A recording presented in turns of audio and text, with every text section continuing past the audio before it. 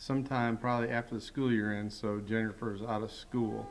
But I just hope you'd remember me and our family in our prayers as we go through this, because this hopefully it won't be too bad, but it's not exciting. I guarantee none of you want to trade places with me. So, but I thought I'd let everybody know. So this evening for the lesson is, I'm calling it application. So most of you might know that our two daughters are out looking for a house to rent. And every time you go out to rent a house, yeah, look at them, they're smiling, they're nice. But every time you go out to rent a house, one of the things you have to do is you got to fill out an application. You got to fill out the application and tell all about you to the people who are the homeowners, that you're capable of renting this house and you're ready to go. And so as we were talking about it, I said, I got the lesson this next Wednesday night. That's a really clever idea. And I thought this would be a good lesson. What about application process for going to heaven? You ever thought about that? And I know there's some denominations out there that kind of have that, because in the back of their bulletin, they have a little application that said, hey, you write your name and that you want to be baptized or that you want to become a member of the church. And some churches, they vote on you, or sometimes you're automatically in. But they have some sort of application that you'd have to fill out. But I'm not really talking about that. I'm just thinking about, what if God had an application for going to heaven? What would that look like, and what would be those requirements? So tonight I have just a few questions that come off their application that they ask me questions about, so I know that they're there. And how would it work in relationship to God? So one of the key questions they would ask you is, they want to know what's going to make you a good renter. So I posed to you, what would allow you to go to heaven? What would God say in his application? What would the application process be like? What are the questions you think he would ask? And how would you answer? And would you make it through? So let's consider some of the things. What is your experience as a renter? So what is your experience as a Christian? Now, this is a great question, because people would ask, God may ask you, what is your experience as a Christian? Have you been a Christian?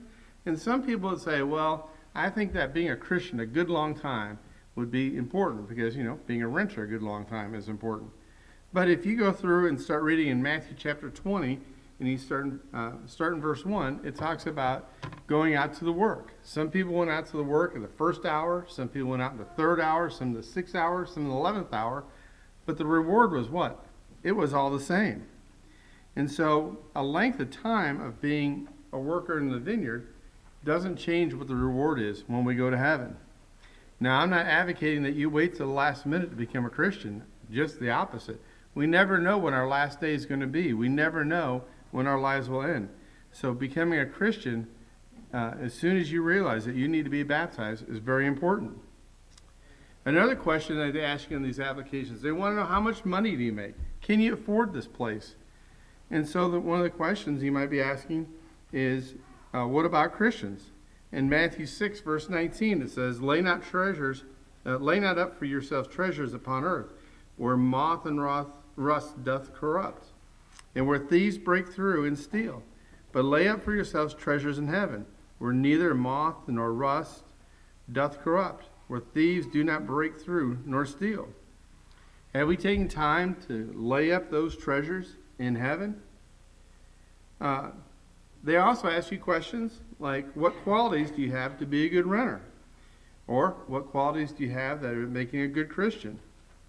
Well, we can look just at Matthew 22 and verse 37 and the following. It says, and Jesus said unto him, thou shalt love thy Lord thy God with all thy heart, with all thy soul, and with all thy mind.